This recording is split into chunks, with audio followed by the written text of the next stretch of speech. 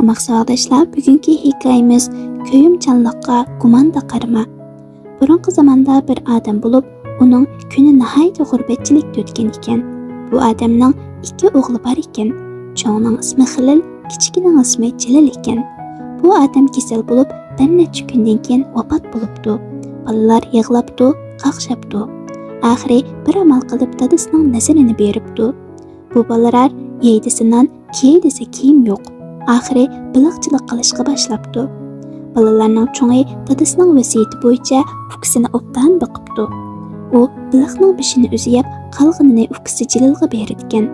Bunda qilavergandan keyin ukisi gumonlanib, "Akam doim menga biliqning beshini bermay, oxirini berdi" deb o'ylab, akisini yo'qotib, o'zi biliqning beshini o'ng chimekchi bo'libdi.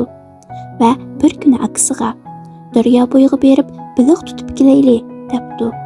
Aksi ma'qul bo'lib daryo bo'yiga beribdi va to'rni yeb silibdi. Bir yo'g'on biliqni suzib ilib ukisiga beribdi. Ukisi "Hey aka, bu yerda yo'g'on bir biliq bor ekan" debdi.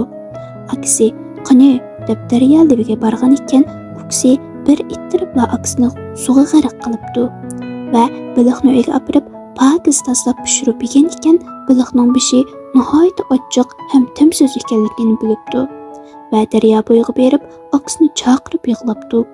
Yig'la, oxiri qushqochga aylanib uchib ketibdi. Rivoyat qilinishicha, u qushqoch yana daryo bo'yida aylanib yurib aksini izlaydi ekan. Ko'cha xalq cho'chaklari